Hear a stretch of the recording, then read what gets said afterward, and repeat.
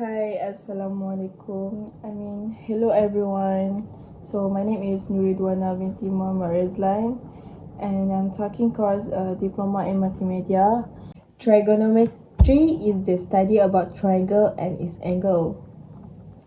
Not just any triangle, just one type of triangle specifically, the right angle triangle.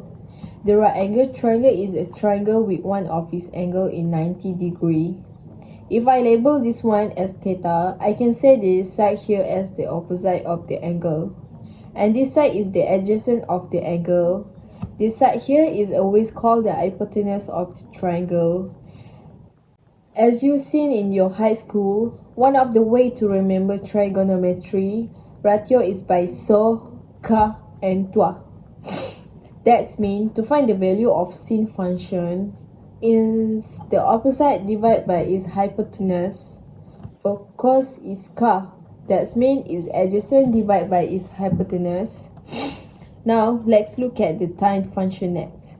Since tan theta is equal to sin theta divided by cos theta, and we know that from earlier that sin theta is equal to opposite over its hypotenuse. And cos theta is equal to adjacent divided by its hypotenuse, and hypotenuse can be cancelled.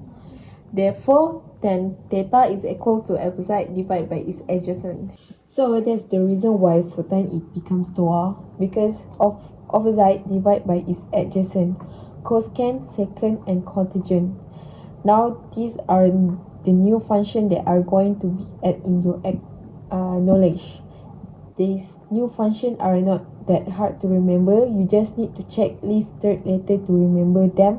For example here, cos theta. The third letter is S. So cos theta is equal to 1 over sin theta. Therefore, this one is equal to its hypotenuse divided by its opposite. The same goes with sec theta. The third letter is C. Therefore, this one is equal to 1 over cos theta. We know that cos theta is equal to adjacent over its hypotenuse. That means is sec theta. This is equal to its hypotenuse divided by its adjacent. And lastly, cot theta. Would you like to answer this one?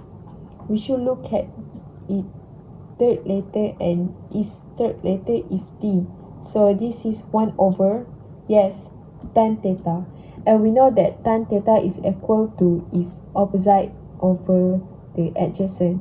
Therefore, in cot theta, this one is equal to adjacent over its opposite. Now that we get this settled, let's move on to complementary angle.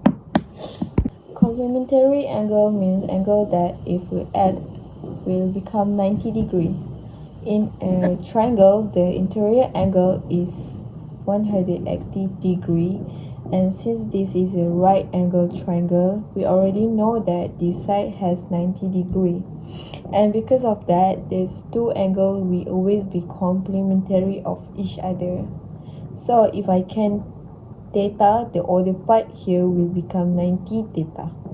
For example, if this angle here is 40 degree, its complementary angle here should be 50 degree. Another example, if I say this here is 20 degree, that means another angle over here will be 70 degree. So in trigo function, its complementary always begin with the word co. Now let's look at some explanation here. We have 19 theta over here, and we know that the complement of 19 theta is theta. So, sin 19 theta is equal to cosine of theta.